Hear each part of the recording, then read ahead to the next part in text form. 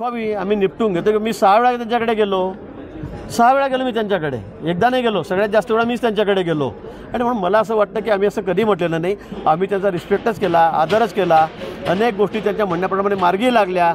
पण तुम्ही काही सांगाल आणि प्रत्येक वेळेला तुमची मागणी बदलाल तर मला वाटतं हे काही योग्य नाही.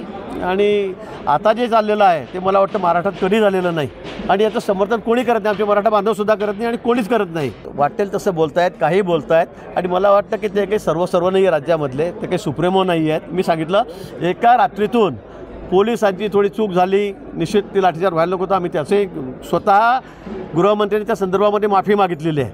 आणि म्हणून तुम्ही एका रात्रीमध्ये तुम्ही त्या ठिकाणी हिरो झालात आणि म्हणून काय तुम्ही वाटेल तसं बोलायचं, सगळ्या राज्याला वेठीवर धरायचं.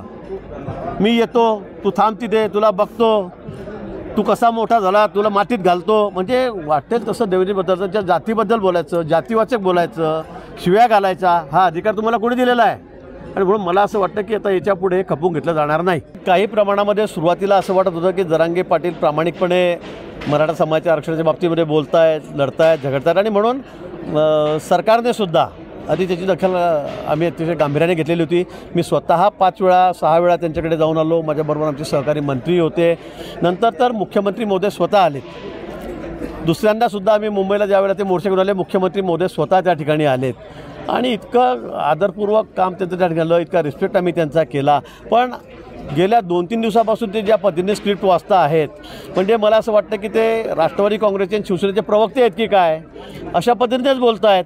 म्हणजे भाजपने कसे लोक फोडलेत, राष्ट्रवादी कशी संपवण्याचा प्रयत्न केला, शिवसेना कसा संपवण्याचा प्रयत्न केला, हे त्यांचं काम आहे का? तुमचं काम आहे मराठा समाजाला आरक्षण देण्याची तुमची मागणी आहे ती तुम्ही बोला ना.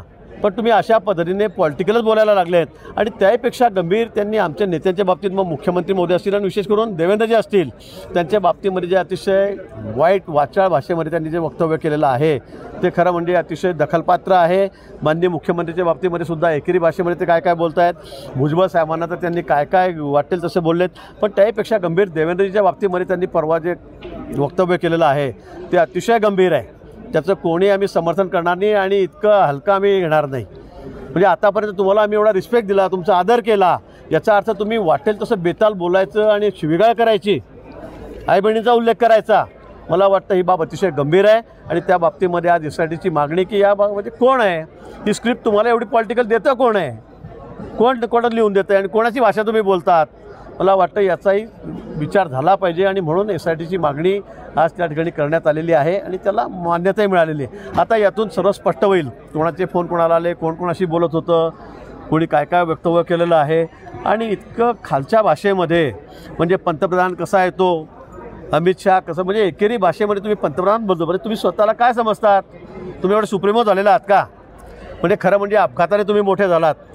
पोलिसांची निष्क्रियता होती. मी सांगेल की त्यांची चूक झाली, त्यांनी लाठीचार्ज केला, तो न करायचाच नव्हता पण तो केला, झाला, चुकून झाली आणि त्यामुळे रात्रीतून तुम्ही हिरो झालात.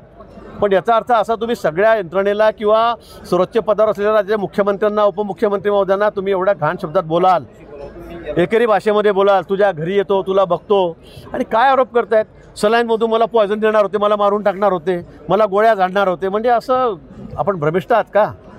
लोकांना कळत नाही काय गोष्टी. आणि म्हणून आतापर्यंत काय असेल ते आम्ही त्यांना मदत करत होतो.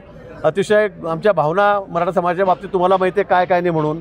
पण तुम्ही अवास्तव काही मागाल जे कायद्याने टिकणारच नाही, असं तुम्ही रोज काही ना काही नवीन मागण्या कराल तर मला वाटतं हे बरोबर नाही.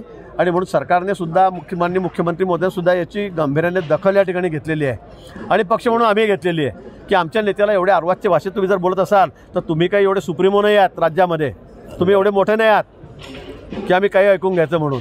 मराठा समाजी जरांगेच्या आणि मराठा समाजाने सुद्धा या सगळ्या गोष्टीचा निषेध केलेला आहे. असं आजपर्यंत कधी झालं नाही, असं आजपर्यंत कधी झालं नाही. मी म्हणेल तेच करा, नाही तर मी तुम्हाला वाटेल तशा शिव्या देईल.